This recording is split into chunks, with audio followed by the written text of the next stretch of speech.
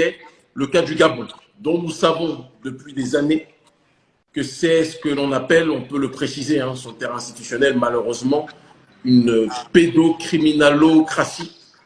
Trop de pédocriminels à l'intérieur de ce système politique.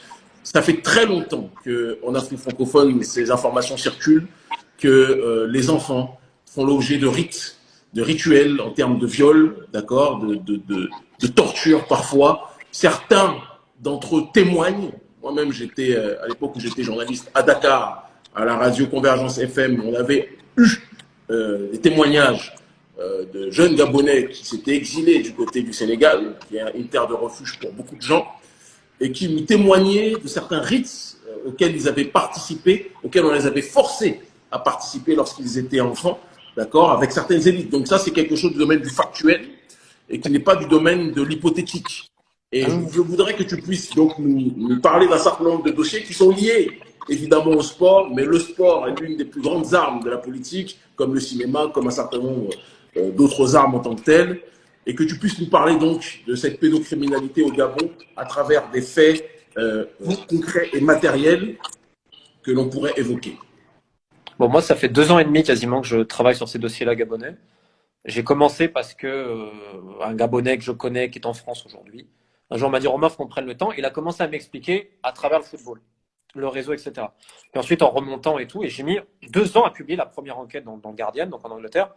Et donc, depuis que j'ai commencé ces affaires qui ont été publiées en décembre, on a déjà 5 personnes, donc 5 cadres sportifs au très haut niveau gabonais qui ont été emprisonnés et qui ont avoué donc les viols sur mineurs. On a l'un des plus grands maîtres de taekwondo qui, en plus, voulait se faire appeler le Chaka Zulu. J'ai pas compris. Tu as dit quoi? Le mec, en plus, a voulu se faire appeler le Chaka Zulu, qui est un héros gabonais, etc., qui s'appelle M. Martin Vera. Donc, lui, prison. L'un des entraîneurs de l'équipe nationale de tennis, Dandy Poitiers, sur des viols sur des filles qui avaient depuis l'âge de 6 ans. Et 3 encadreurs de football, dont Patrick Assoumoui, qui, je vais te le dire honnêtement, a drep, comme ils disent au Gabon, au moins 1000 petits. Et je suis gentil dans les chiffres. C'est sans doute beaucoup plus. Tu peux redire son nom, s'il te plaît? Patrick Assoumoui, il s'appelle. Dit Capello. C'est donc un Gabonais qui était coach de l'équipe moins de 17 du Gabon, qui fait partie de l'élite sportive du pays, qui a envoyé les jeunes ensuite à Montaigu en France pour le tournoi, parce qu'il y avait toujours cette idée de dire si tu veux aller en France, si tu veux aller en Europe, il y a les conditions. Les conditions, il appelait ça la présence d'esprit. C'est-à-dire qu'il insufflait la présence d'esprit aux jeunes. Tous les Gabonais qui ont été dans le foot connaissent cette histoire-là. 30 ans que ça a duré. Il y a des activistes gabonais que je salue, Stéphane Zeng, le battre en chef Yann, et d'autres qu'on salue qui font un boulot remarquable. Il y a plein de gens sur le terrain qui font le boulot. Il faut quand même le préciser. Notamment au Gabon, peuple merveilleux d'ailleurs, avec un courage incroyable. Parce que j'ai jamais vu des gens aussi courageux pour témoigner dans toutes les affaires que je gère. Donc, si tu veux, il y en a 5 aujourd'hui qui sont en prison. Sauf qu'il y en a d'autres. Parce que c'est un réseau qui est colossal. Je vais juste rester dans le football. Et tu vas voir pourquoi le football politique, et tout le monde est lié. Dans les années 90, je vais t'expliquer comment ça passe pour que les gens comprennent. On est dans les années 90 au Gabon. À l'époque, il y a un cirque qui s'appelle le cirque de l'Équateur, qui est à Libreville, qui est tenu par des Français, où il y a pas mal déjà d'histoires de pédocriminalité. Et c'est dans ce cirque-là où le fameux Patrick Assoumoui va être, entre guillemets, initié. Bon. Ensuite, tu as un franco-gabonais qui s'appelle... Quand tu dis initié, excuse-moi de te couper, parce que les mots ont un sens. Quand tu dis initié, c'est-à-dire que c'était dans quel cadre? Est-ce que c'était dans le cadre de loge? Est-ce que c'était dans... Comment les choses se déroulent? Parce qu'il faut aussi préciser que le Gabon est une des grandes terres de la maçonnerie dont on connaît. Après, il y a maçonnerie, malheureusement, il y a diverses tendances maçonniques. Il y a la maçonnerie à un niveau très élevé et la maçonnerie de surface que l'on présente pour certaines personnes. Dans tous les cas, c'est quelque chose que nous combattons, que je combats de manière très claire.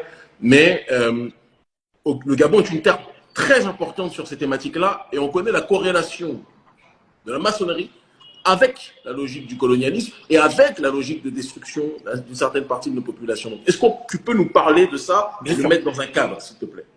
Parfait. Donc, quand je te parlais d'initiation au cirque, là, c'est sur l'acte. D'accord. Là, c'est sur l'acte.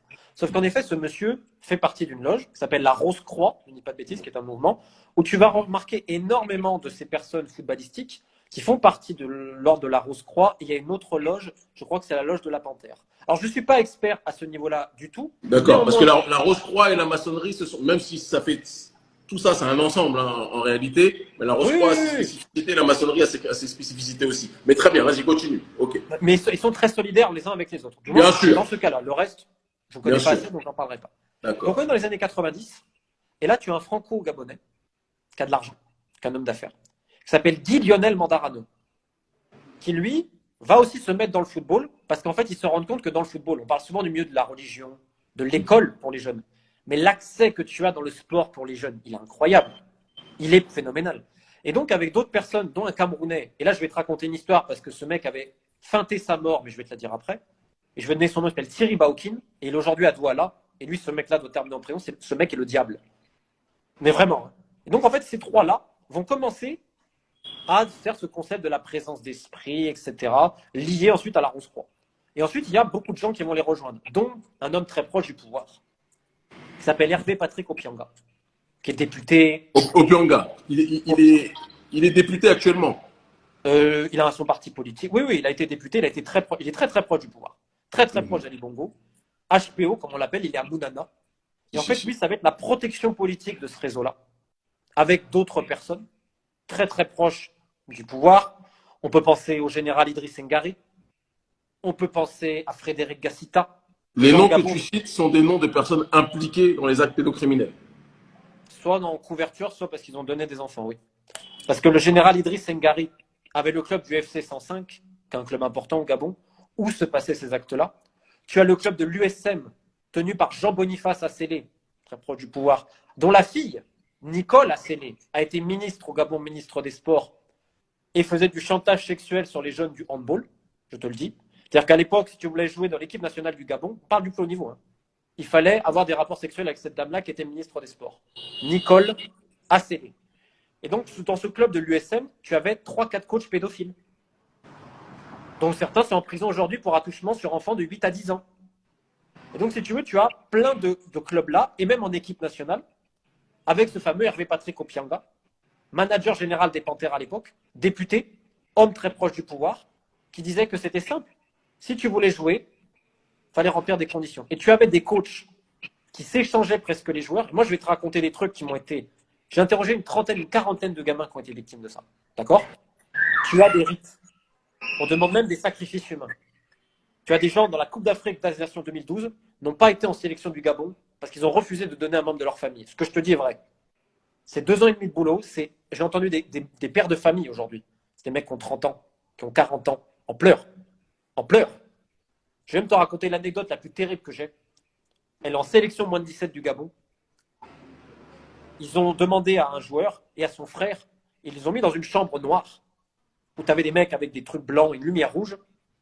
C'était comme une espèce d'orgie. Et lui et son frère ont été violés.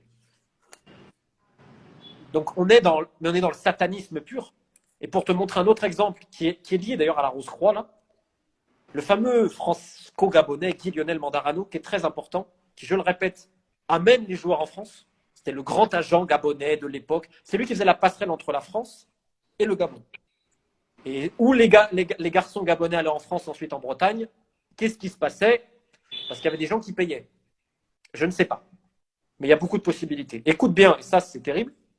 Il faisait donc, lui, il voulait faire les fellations petits, de 12, 13, 14 ans. D'accord? Plusieurs fois par semaine pour jouer.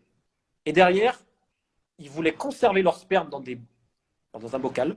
Je ne sais pas ce qu'il en faisait derrière, mais on a des questions de rites et des questions qui sont très proches du satanisme. Et le véritable problème qu'il y a aujourd'hui, c'est que donc nous, on a publié la semaine dernière sur ce fameux Opianga, ce fameux Mandarano et d'autres. Et là, aujourd'hui, il y a le silence absolu. Jusqu'à quand le silence de l'État, qui avait fait le boulot auparavant, quand même, il faut le noter. Le silence des organisations internationales, là, c'est pas l'OMS, c'est la FIFA, qui est de la même chose, qui protège ces gens-là. Bon, la FIFA, c'est l'élite mondialiste dans le domaine du football, comme l'OMS, l'élite mondialiste dans le domaine sanitaire. Hein. C'est toujours les mêmes schémas, les mêmes systèmes en tant que tels. Mais je te coupe pas, je vais revenir sur une chose et je m'adresse aux autorités gabonaises. Et je pense qu'elles nous connaissent, elles savent très bien. Et quand on le dit, on le fait. Il y a eu le Mali, il y a eu le Faso, il y a eu la Guinée. Il y a d'autres pays où ça va se passer de cette façon aussi. Et je dis et je répète, si le Gabon ne prend pas ses responsabilités face aux élites pédocriminelles, parce que le Gabon est dans notre agenda, hein, mais il y a des choses qui risquent de s'accélérer. Prenez vos responsabilités très rapidement. Ali Bongo